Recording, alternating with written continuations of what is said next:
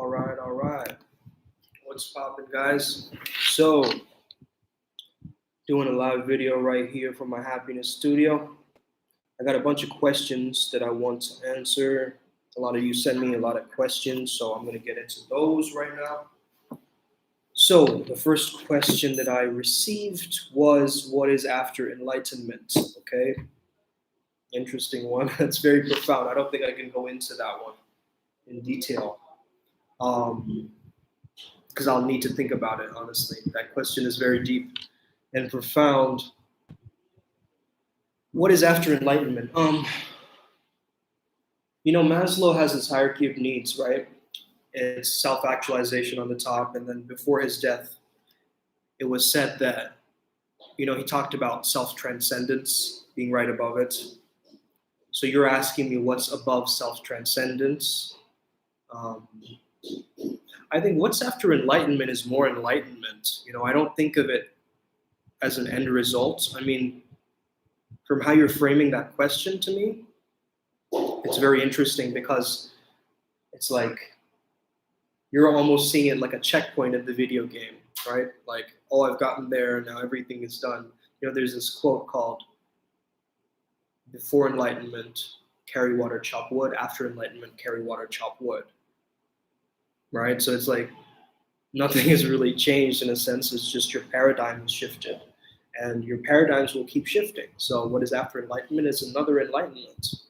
And the process, it's like you keep cultivating the different seeds until the entire forest blooms, in a sense. So in a sense, I think what is above this transcendental type of experience is authenticity, self-validity.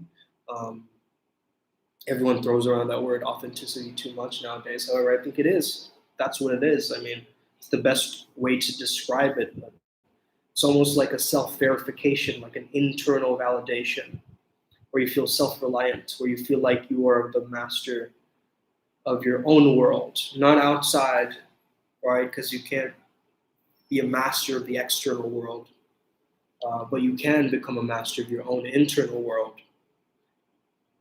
even though it seems like it's an endless journey, and it probably is. It's like you're a student and a master at the same time, right? So, yeah, man, that's the best way that I could answer that question. Okay, next question is, what's the best way to help people with this high performance knowledge? Well, I'm guessing you're in the peak performance industry, whoever asked me this one. Look, this is a very mishandled industry.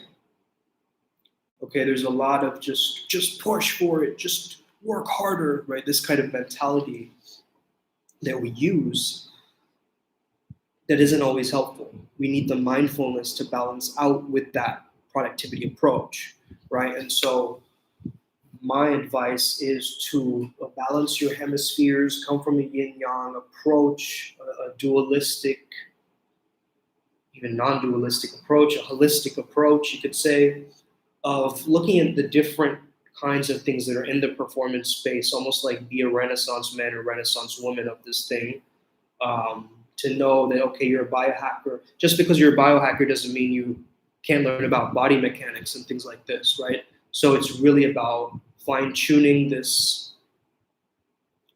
different, like if it's a car park, right, you have these different cars there. So you can pull from all of those. It's like a Batman utility belt, right? And you know now that, okay, a specific client has come to me, they're more right-brained instead of left-brained. I can go into these spiritual contexts and practices of peak performance that's going to help them reach peak ecstatic states and bliss and things like this, and maybe not necessarily help them with, automation or planning or, business structure, because that's what they're, not looking for at that moment. Does that make sense? So it's about understanding what is the audience that you're really going for when you're speaking about high performance, because high performance for an actor looks very different to high performing athletes, right? And I've worked with both, but it's a different experience. It's a different craft, and you have to bring your magical toolkit in a sense. You have to be the mystic who has all of the potions that they're working with. So yeah, that's what I would say to that question. I know it's a little bit dark in here. Can you guys see me still? Let me just put this over here. All right. So next question is, what is the importance of attitude? Attitude, right? We hear it so many times in like these old self-help godfathers, you could say, in a sense, like Earl Nightingale, right? Neville Goddard, all these names that we hear. So, what is the importance of attitude? I think attitude, if you look at the origin, the word origin of attitude, it means posture. So it's almost like your internal posture, where you're coming from, right? Your own internal map. And so if you have a great attitude, you understand you have a great subconscious mind, in a sense. That's just the way that I see it. So if you have a good attitude, positive attitude, you're coming from, where you're coming from. It's like you're coming from an uplifting place, right? That's the importance of attitude, because your subconscious controls 90% of your experiences in something like this, right? So if you control your attitude, you're controlling everything. It's like a ripple effect. It's like the single domino that affects everything else, right? So that's why attitude is important. You're influencing your internal dialogue. You're influencing your internal positioning, right? It's like your intention. Where am I coming from? That's attitude in my personal perspective. It's like when your subconscious is affected, your attitude is affected. You get what I'm saying? I just got a motivation quote. It says, push yourself because no one else is going to do it for you. That's facts.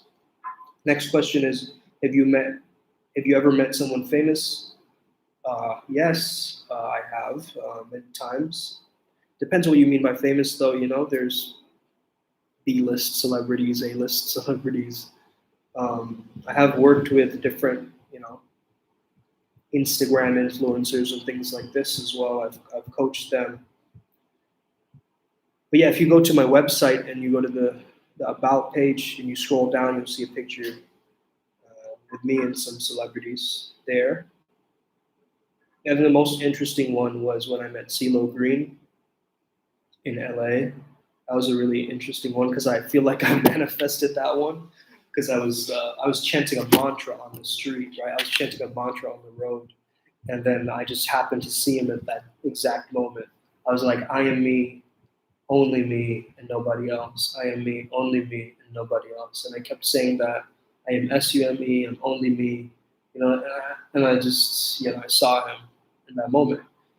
That was really cool. So yeah, guys, say those mantras.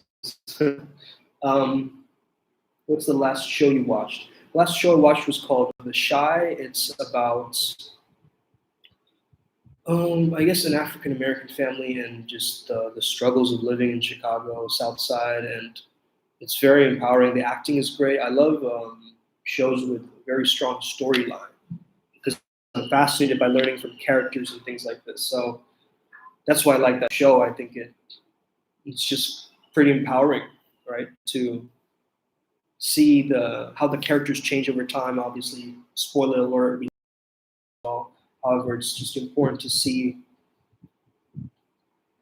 I love seeing how characters transform over time, how situationally they transform their identities or their personalities and things like this. It's very, very cool to me, very interesting. So yeah, what's your favorite anime? Another show question, right? So I would say my favorite anime at present is Fairy Tail. However, I like any anime that my clients recommend to me, which is a lot, because I work in a lot of flow state specializations. Uh, because I work in a flow state specialization, like a specialized field for flow state, a lot of the animes that I watch are like related to that, right? Like Sage Mode from Naruto, Ultra Ultra Instinct from Dragon Ball Z. Excuse me, I need some water. Or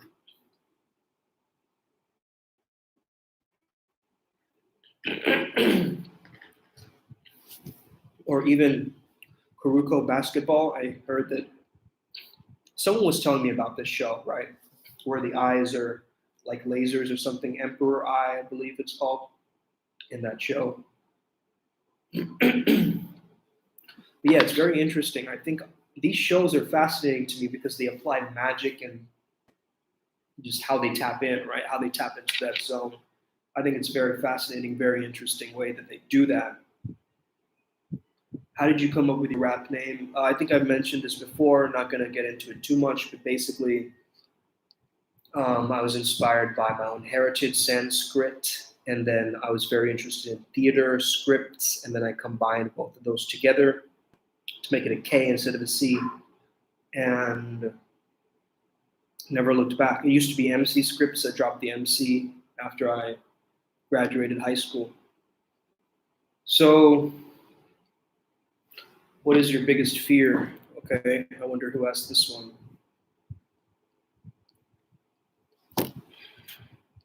What's your greatest fear?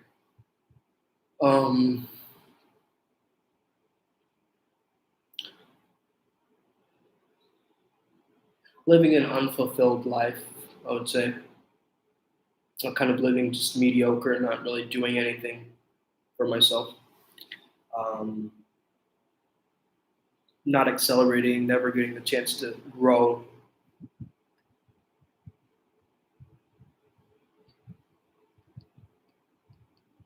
The opposite of transformation, right? So like stagnation, I would say is my biggest fear. Just staying the same, never improving. I think it used to be like just deep water because I had a time when I was a child where I could have drowned. But nowadays, I think that's not really in the back of my mind anymore. Of course, I probably still need to get myself to a swimming pool and like improve my gifts as a swimmer. It's interesting, right? Because I work in water in flow state, and I have a fear of water. But it's like Batman, you become what you fear in a sense. That's cool. That's a good question.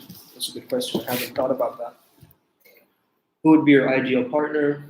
Uh, I wonder if a woman asked me this question. Who would be your ideal partner? Just someone who's nurturing, feminine, good personality, you know? Just generally like a cheerleader essence, cheerleader quality supports me. I support them mutually, uh, you know, adding value to the relationship. How do you find? How did you find out about flow? I originally came across it when I was in my master's program. I mean, I've heard of it a little bit before that as well, but I hadn't really tapped into it till after my master's actually. So that was like I think maybe 2017 October. When I graduated in my college, I started working with my business coach, and then we kind of came into the understanding of like combining combining all of my interests together and overlapping it. And that's when I found my niche of peak performance or being in the flow state because that is where all of my interests started to overlap, basically. All right. Um, so yeah,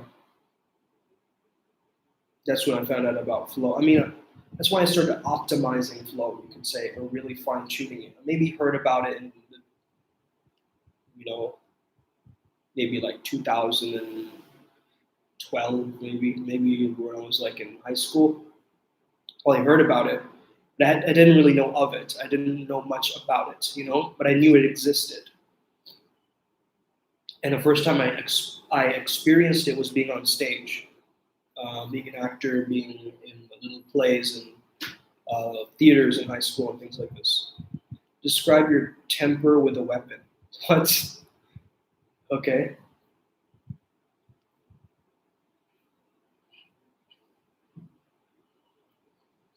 Hmm. I'm very, very calibrated with my anger, so I don't know if I'm more. I'm not like a machine gun or machete or these kinds of things. I would say I'm more like a crossbow. It's kind of a unique answer, I know, but I think that there is a bit of a pullback when we're angry at someone else. We are also getting angry at ourselves because we are mirrors, like other people are mirrors, right? So the crossbow, we're actually pulling back at ourselves with that in order to fling it at their direction. So that's what I'd say my anger or temper is like. It's not really like a bazooka. It's more like a crossbow. It's like when it hits them for sure. But it's got to be aimed. It's got to be precise. It's got to be directed at them. That's a really good question, man. Describe your temper with a weapon. I'm going to use that. Next question is, if you could choose only one, where would you rather go, Paris or London? I know you lived in both. Well, I lived in Switzerland, not Paris.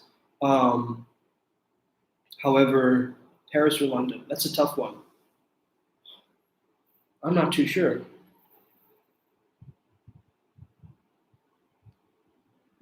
If I were to live in London, I don't think I would live in East London again. I think I would much be closer to Central London. So if you're talking about Central London and then Central Paris,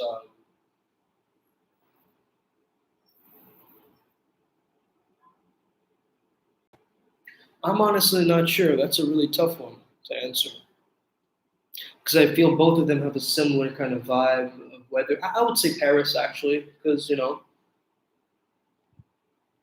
I feel like living in London, my fashion style started to change into more of like a grungy style, you could say, and I think Paris would make me dress more suave, and I think I would like that as a character archetype to be like that suave Parisian, vibe. But I don't know, honestly. I think London would be pretty badass, also having lived there. Hmm. I would say Paris because I haven't explored Paris. London kind of I know what the vibe is like. I think Paris would be an interesting one to explore for sure. Also, French girls are very attractive. Um, Proudest moment in high school, I would just say performance. When I'm performing on stage, when I'm yeah, I remember one time I was performing Midsummer Night's Dream, but it was like the Bollywood version, right? And so I would speak in an Indian accent, and it would be just like it was hilarious, man. I was playing Dogberry, the character, and I had like a little turban on and stuff like this, and it was such an exaggerated, like appropriated character, stereotyped like character, but it was so much fun to play that, and I got so many dabs, so much respect for playing that humorous role. I remember those days, man. It was fun. That was a very cool memory. I also remember this one time I sneaked out from, like, I remember I told someone that I had a rehearsal or something, and we went out one night, and like the girl that I had a crush on was like grinding on me and stuff on the dance floor. That was also a cool memory. I wouldn't say proudest in a sense. I think proudest would probably be performing on my MYP. Um, I guess that's a middle years program, but I still count it as high school, whatever. It's like middle school into high school, transitional phase, right? But yeah, I was like performing at the MYP ceremony where we go from middle school into high school. So like right into high school, the pinnacle bridge, you could say, where I was performing on stage. And there's still like a little video online of that, if anyone can find it. MYP ceremony rap or something like this. It's called, or like MYP to IB, same difference. Who I be? I still remember that the lyrics to that. Man, interesting times. Man, you're making me nostalgic. Whoever's asking me these questions. Okay, so the next question is, when did you cry last time? When did I cry? Probably like 2 weeks back, honestly. But it was tears of happiness. It wasn't tears of sadness. It was tears of profundity, where I listened to this mantra, and my friend Ivan sent me this mantra Akua something. It was like the Mars God mantra. Tap into that Mars energy. And something released when I listened to that. I think I just heard all of the pain of the people of Egypt in that mantra as it was playing. And I don't know, man. I just felt happy in that moment because I felt like I was releasing something. Excuse me. Just letting something go, you know? That was a good feeling, to be honest. Um, are you used to speak to a camera? Are you used to speak to? Am I used to speaking on camera? You mean? Yeah. I actually took a camera and acting course in American Academy of Dramatic Arts. Um, when was that? That was a while back. I remember. But yeah, man, I've been on camera for a while. Maybe on and off incrementally. I used to have a previous YouTube channel to this one, and so yeah, I am used to it, but it took a lot of time, took a lot of practice. It's not easy speaking on camera. It's not like speaking to people, right? Though you have to have that intention in mind, like you're speaking to someone that's on the other side of this camera. You can't be like, oh, I'm talking to myself. This is so weird, right? Don't have that in your mindset. Just be like, yo, I'm speaking to a very specific person who's on the other side of this camera, and I'm creating that intention, right? That I'm connecting with them, that I'm putting something out there, that they're hearing my message. And there's something of value in what I'm saying on the other side that's being transferred onto that person. So that's how I approach, speaking on a camera. And the fact is, I do this every single day. It's every day, bro, with the flow state. Flow.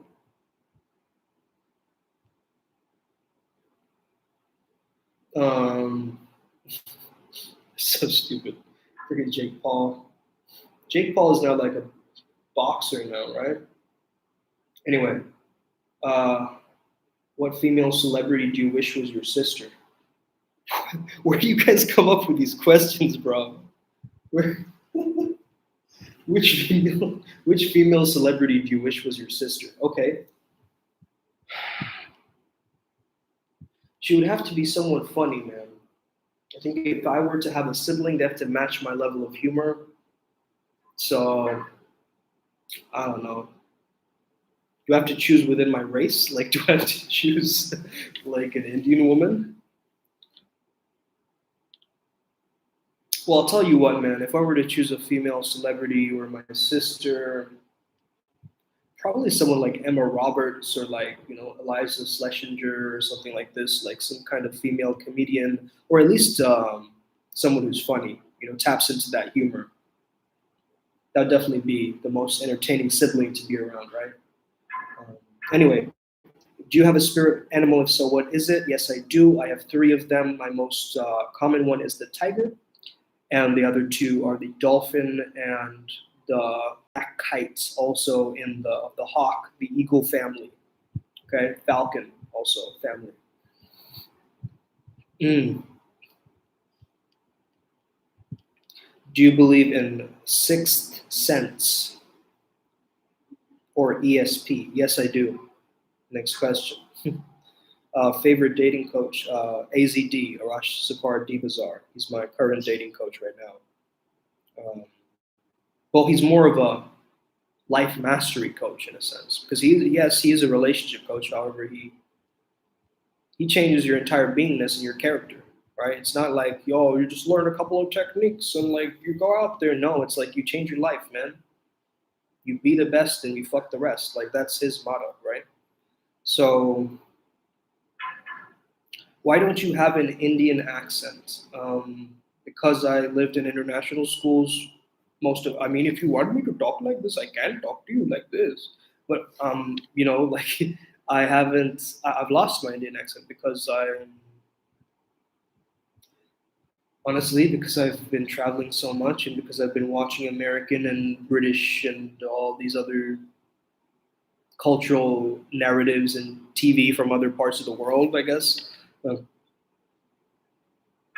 Yeah, and I work on my accent, so you can hear in my accent it isn't fully American. I mean, it does sound American or Canadian or something like this, but you'll hear hints of other cultures in there because I've lived in so many different cultures. You'll hear it's like a mixed kind of effect that I'm having, right? So that's kind of what I would say to that is like it's not one thing. If you hear very closely to my voice, you will notice that it is a combination of a lot of different things at once, right? Um, do you consider yourself a pickup coach? No, I don't. I consider myself a flow state coach, but if flow state can help you picking up chicks or whatever, I mean, then go for it. You know, why not? Um, However, that's not my main intention. That's not my main purpose. I think that by tapping into the flow state, you automatically improve your relationships and being present and all these other things, right? I don't like that term at all. I don't. Social dynamics is a better term for that because it's not like you know, it's just you're only going there to pick up. It's like, come on, dude. Like, you know, that industry has evolved now. Like you just gotta understand where it's going, what it's evolved into. If you gotta follow the trends, you know. But yeah, I don't put myself into any box. I don't even say that I'm a coach in a sense. Sometimes, like it, what am I? I mean, you get to decide. You know, am I a specialist? Am I a guide? Am I a transformational agent? Am I some kind of a Sherpa or a shaman that helps you raise your consciousness level? I don't know. You decide that. I'm not gonna sit here and be like I'm this label or I'm that label. I mean, all of these are great. You know, all the specifications and certifications are great. But my main intention is to help you. You know what I'm saying? Like my main intention is just to bring that flow state as the medicine. So how can you improvise and get yourself out of situations? How can you use creativity as a problem solving tool in all these different things and all these different areas, right?